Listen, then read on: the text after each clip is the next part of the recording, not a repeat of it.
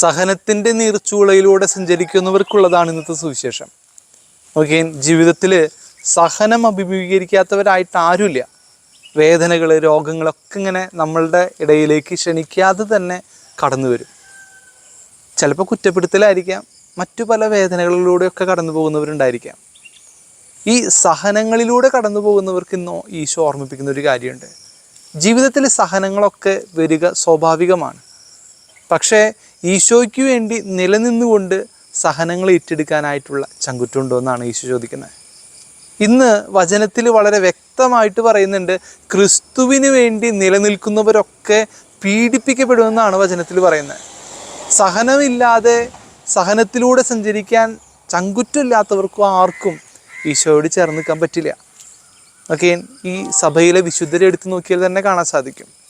സഹനത്തിൻ്റെ വലിയ ഇടങ്ങളിലൂടെ സഞ്ചരിച്ചവരാണ് സഭയിലെ വലിയ വിശുദ്ധര്. രക്തസാക്ഷികളായില്ലെങ്കിലും ചിലപ്പോഴൊക്കെ രോഗത്തിൻ്റെ, വേദനയുടെ, ഒറ്റപ്പെടലിൻ്റെ മേഖലയിലൂടെ ഒക്കെ സഞ്ചരിച്ചവരല്ലേ ഈ വിശുദ്ധരൊക്കെ. ഈ സഹനത്തിൻ്റെ വഴിയിലൂടെ സഞ്ചരിക്കുന്നവരുടെ അവർ നടന്നുപോയ വഴികൾ കാണാനായിട്ട് അത്ര മനോഹരമാണ്.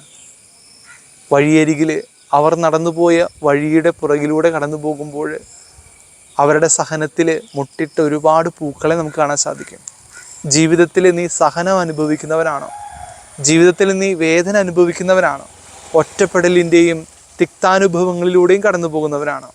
തീർച്ചയായിട്ടും നിൻ്റെ പുറകിൽ ആ സഹനത്തിൻ്റെ നീർച്ചൂളയിൽ മുട്ടിട്ട് ഒരുപാട് പൂക്കളെ നമുക്ക് കാണാൻ സാധിക്കും സ്നേഹമുള്ളവരെ. അപ്പം അതുകൊണ്ട് സ്നേഹമുള്ളവരെ, നമുക്ക് ഈ സഹനങ്ങളെ ഭയപ്പെടാതെ സഹനങ്ങൾ ഏറ്റെടുക്കാനായിട്ട് സാധിക്കണം.